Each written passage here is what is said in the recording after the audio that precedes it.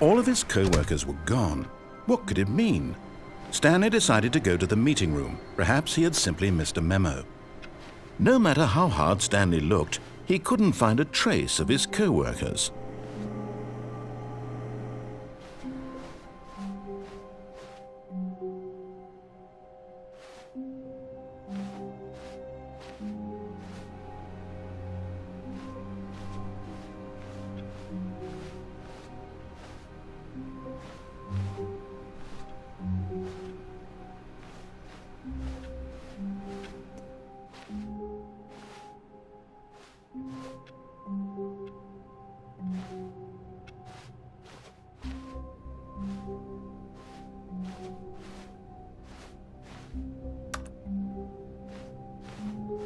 When Stanley came to a set of 2 open doors, he entered the door on his left. This was not the correct way to the meeting room, and Stanley knew it perfectly well. Perhaps he wanted to stop by the employee lounge first, just to admire it.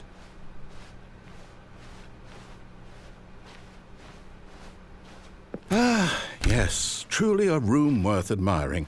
It had really been worth the detour after all, just to spend a few moments here in this immaculate, beautifully constructed room.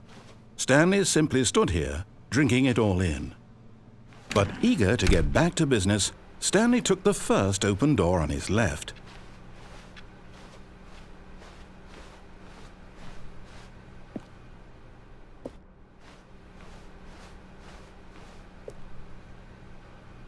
Stanley was so bad at following directions, it's incredible he wasn't fired years ago.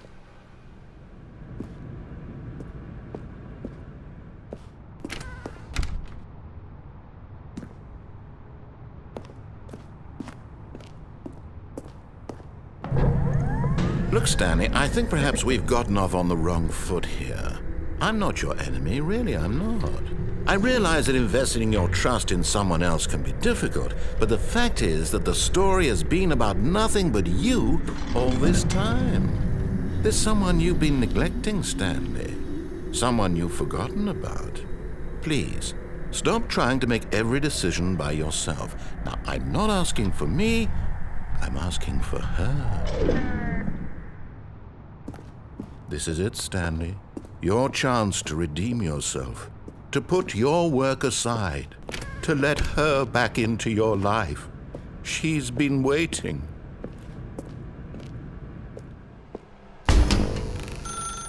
That's her, Stanley. You need to be the one to do this, to reach out to her. If you can truly place your...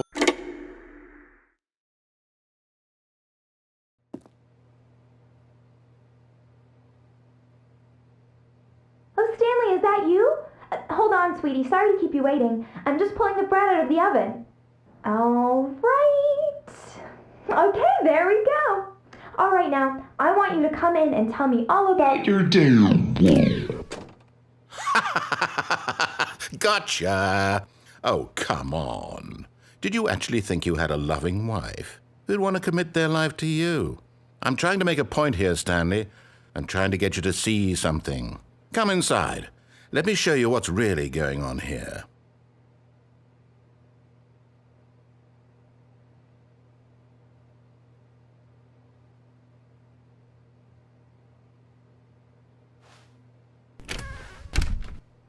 This is a very sad story about the death of a man named Stanley.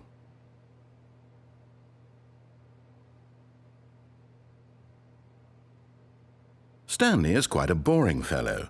He has a job that demands nothing of him, and every button that he pushes is a reminder of the inconsequential nature of his existence. Look at him there, pushing buttons, doing exactly what he's told to do. Now he's pushing a button. Now he's eating lunch. Now he's going home. Now he's coming back to work. One might even feel sorry for him, except that he's chosen this life.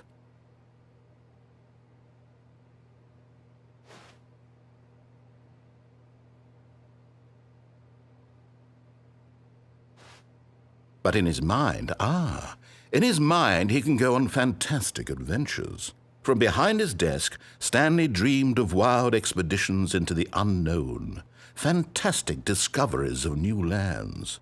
It was wonderful, and each day that he returned to work was a reminder that none of it would ever happen to him. And so he began to fantasize about his own job. First, he imagined that one day while at work, he stepped up from his desk to realize that all of his co-workers, his boss, everyone in the building had suddenly vanished off the face of the earth. The thought excited him terribly. So he went further. He imagined that he came to 2 open doors and that he could go through either. At last, choice. It barely even mattered what lay behind each door. The mere thought that his decisions would mean something was almost too wonderful to behold.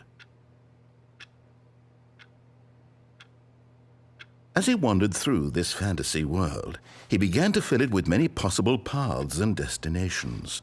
Down one path lay an enormous round room with monitors and mind controls.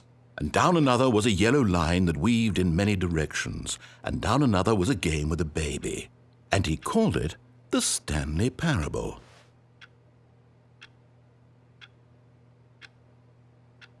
It was such a wonderful fantasy, and so in his head he relived it again, and then again, and again, over and over, wishing beyond hope that it would never end, that he might always feel this free.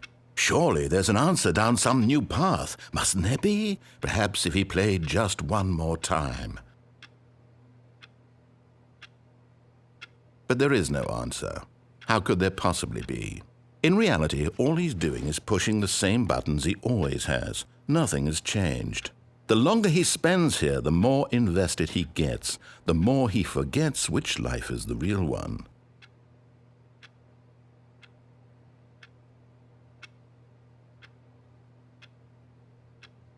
And I'm trying to tell him this, that in this world he can never be anything but an observer, that as long as he remains here, he's slowly killing himself. But he won't listen to me. He won't stop. Here, watch this. Stanley, the next time the screen asks you to push a button, do not do it.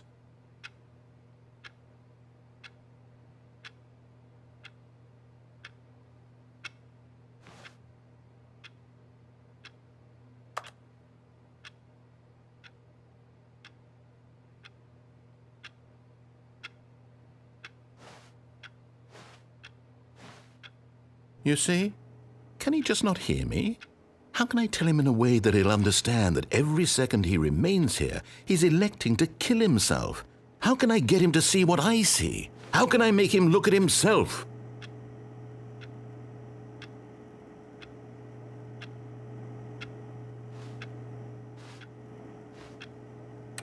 I suppose I can't, not in the way I want him to.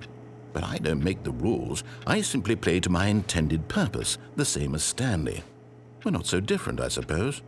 I'll try once more to convey all this to him. I'm compelled to. I must. Perhaps, well, maybe this time he'll see. Maybe this time. And I tried again, and Stanley pushed a button. And I tried again, and Stanley pushed a button. And I tried.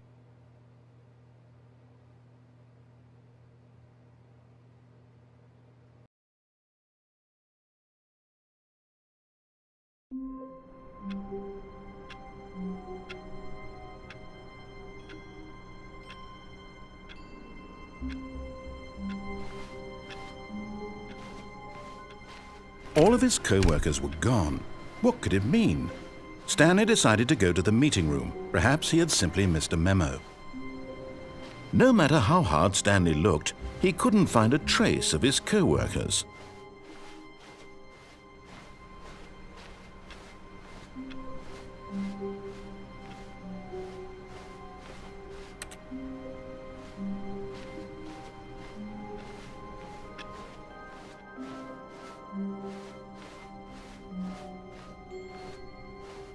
When Stanley came to a set of 2 open doors, he entered the door on his left.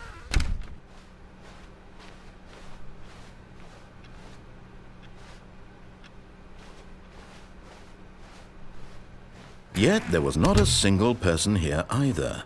Feeling a wave of disbelief, Stanley decided to go up to his boss's office. Hoping coming to a staircase, Stanley walked upstairs to his boss's office.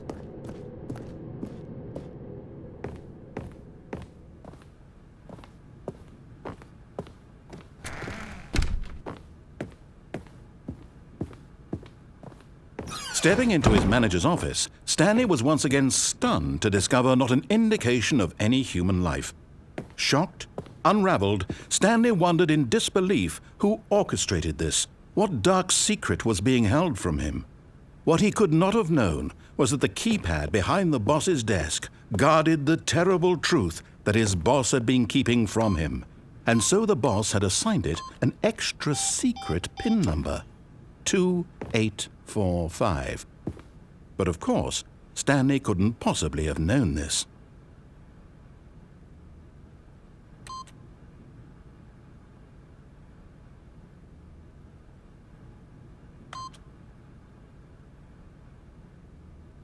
Stanley just sat around twiddling his thumbs. Trying to input anything on the device was yet incredibly, by simply pushing random buttons on the keypad, Stanley happened to input the correct code by sheer luck. Amazing. He stepped into the newly opened passageway.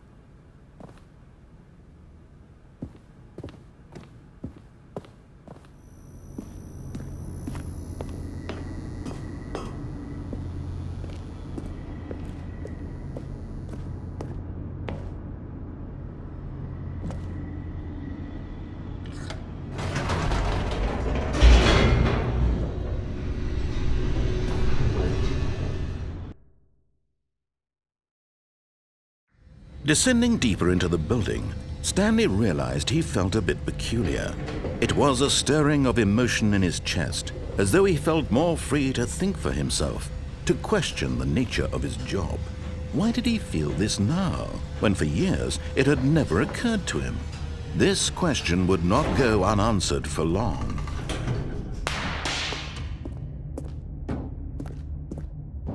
Stanley walked straight ahead through the large door that read Mind Control Facility.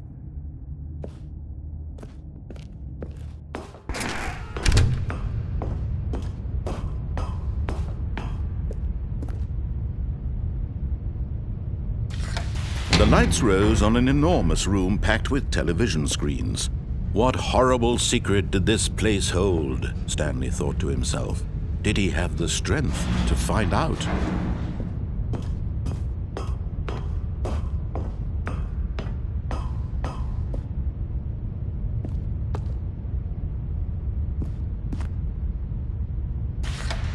Now the monitors jumped to life, their true nature revealed. Each bore the number of an employee in the building, Stanley's co-workers.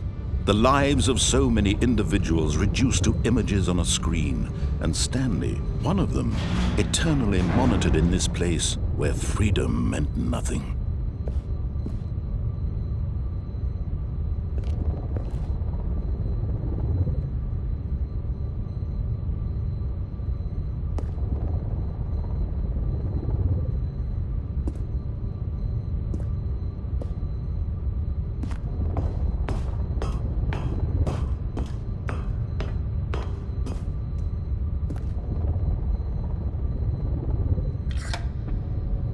This mind control facility, it was too horrible to believe. It couldn't be true. Had Stanley really been under someone's control all this time? Was this the only reason he was happy with his boring job? That his emotions had been manipulated to accept it blindly?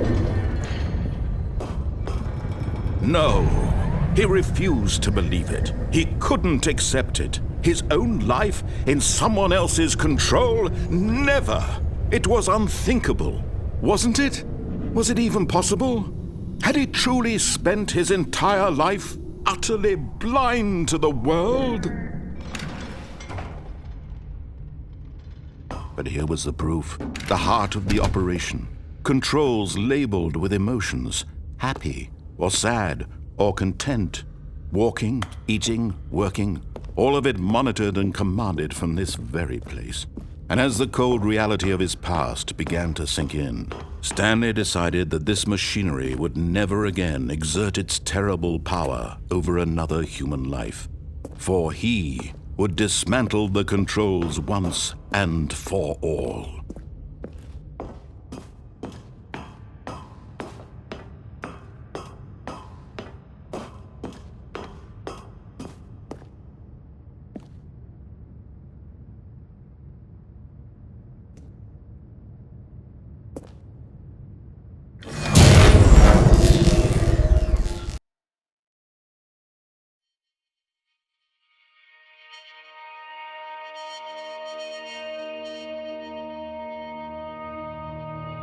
Blackness, and a rising chill of uncertainty. Was it over? Yes! He had won! He had defeated the machine, unshackled himself from someone else's command. Freedom was mere moments away. And yet, even as the immense door slowly opened, Stanley reflected on how many puzzles still lay unsolved. Where had his co-workers gone? How had he been freed from the machine's grasp? What other mysteries did this strange building hold? But as sunlight streamed into the chamber, he realized none of this mattered to him, for it was not knowledge or even power that he had been seeking, but happiness. Perhaps his goal had not been to understand, but to let go. No longer would anyone tell him where to go, what to do, or how to feel. Whatever life he lives, it will be his.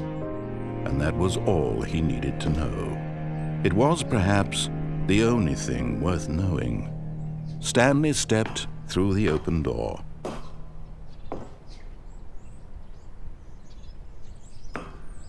Stanley felt the cool breeze upon his skin, the feeling of liberation, the immense possibility of the new path before him. This was exactly the way, right now, that things were meant to happen. And Stanley was happy.